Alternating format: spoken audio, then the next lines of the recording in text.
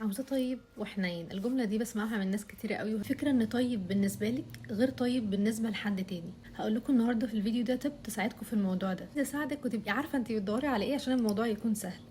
فاول حاجة يعني ايه طيب بالنسبة لك، وتاني حاجة يعني ايه حنين بالنسبة لك، محتاجاه يكون بيعمل ايه. مين الناس اللي انت بتقولي عليهم ده طيب وده حنين من وجهة نظرك انت؟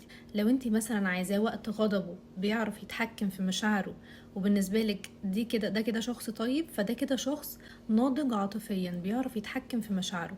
فانا لو عايزه حد يعرف يحتوي تقلباتي المزاجيه وانفعالاتي في وقت ما ويعرف يهديني مثلا، فانا كده هكون عايزه حد في صفه التعاطف او بيعرف يتعاطف مع الناس. لو انا مثلا عايزه حد ان يكون عندي راي مختلف عن رايه، يعرف انه يحترم رايي وما يبقاش بينتقدني مثلا، فانا كده عايزه حد مش بيجادج على الناس، مش بيقعد يحكم على الناس اللي حواليه وده بيعمل كذا ليه. فمحتاجه ان انت تدوري الاول كويس قوي وتبقي عارفه الصفات اللي انت عايزاها عامله ازاي، اكتبيها.